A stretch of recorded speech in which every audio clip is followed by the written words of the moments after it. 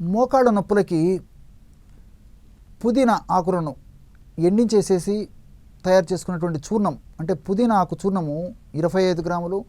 శొంఠి చూర్ణం 25 గ్రాములు, నల్లజీలకర్రను వేయించి చేసినటువంటి చూర్ణం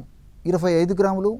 మిరియాలను వేయించి చేసినటువంటి చూర్ణం 10 గ్రాములు. ఈ 4 పదార్థాలు బాగా కలిపేసేసి ఒక గాజు సీసాలో నిల్వ ఉంచుకొని రోజు ఉదయం ఆహారం తర్వాత ఒకసారి, రాత్రిపూట ఆహారం తర్వాత మరొకసారి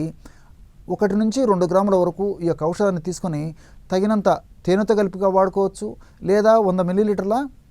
గోరువెచ్చని నీళ్ళతో వాడుకోవచ్చు, లేదా 100 మిల్లీలీటర్ల కాచి చల్లార్చినటువంటి నీళ్ళతో వాడుకోవచ్చు. ఇదే ఔషధాన్ని మరి మజ్జిగతో కలిపి కూడా, అంటే 100 మిల్లీలీటర్ల పల్చటి తాజా మజ్జిగలో కలిపి కూడా తీసుకోవచ్చు. ఈ విధంగా ఈ యొక్క ఔషధాన్ని క్రమం తప్పకుండా రోజు 2 సార్లు ఈ యొక్క ఔషధాన్ని వాడుకోవడం వల్ల ఈ యొక్క ఔషధ ప్రభావం చేత మోకాళ్ళ భాగంలో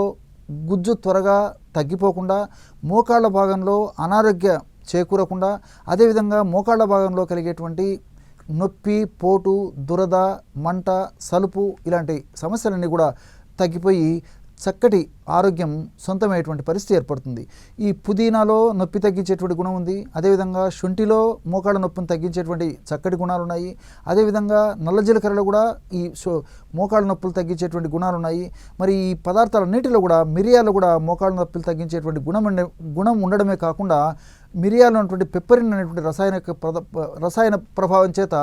మోకాళ్ళ భాగంలో రక్త సరఫరా బాగా జరిగి, అంటే మోకాళ్ళ భాగంలో రక్తనాళాలు బాగా వ్యాకోచం చెంది రక్త సరఫరా బాగా జరిగి ఆ భాగంలో మంచి పోషకాంశాలు అంది, పోషకాంశాలతో పాటు చక్కటి ఆక్సిజన్ కూడా ఆ భాగానికి అందడం చేత ఆ యొక్క సమస్య కూడా చాలా త్వరగా తగ్గిపోయేందుకు ఈ యొక్క మిరియాలు ఉన్నటువంటి ఈ పెప్పరిన్ అనేటువంటి రసాయన పదార్థం ఉపయోగపడుతుంది. అంతేకాకుండా ఈ పుదీనాలో ఉన్నటువంటి కొన్ని రకాలైనటువంటి పదార్థాలు, అదేవిధంగా శొంఠిలో ఉన్నటువంటి జింజరాలు, షాగోల్ లాంటి రసాయన పదార్థాలు, నల్లజీలకర్రలో ఉన్నటువంటి ఈ కొర్సిటిన్ను ఇలాంటి రసాయన పదార్థాలు ఇవన్నీ కూడా ప్రత్యక్షంగా పరోక్షంగా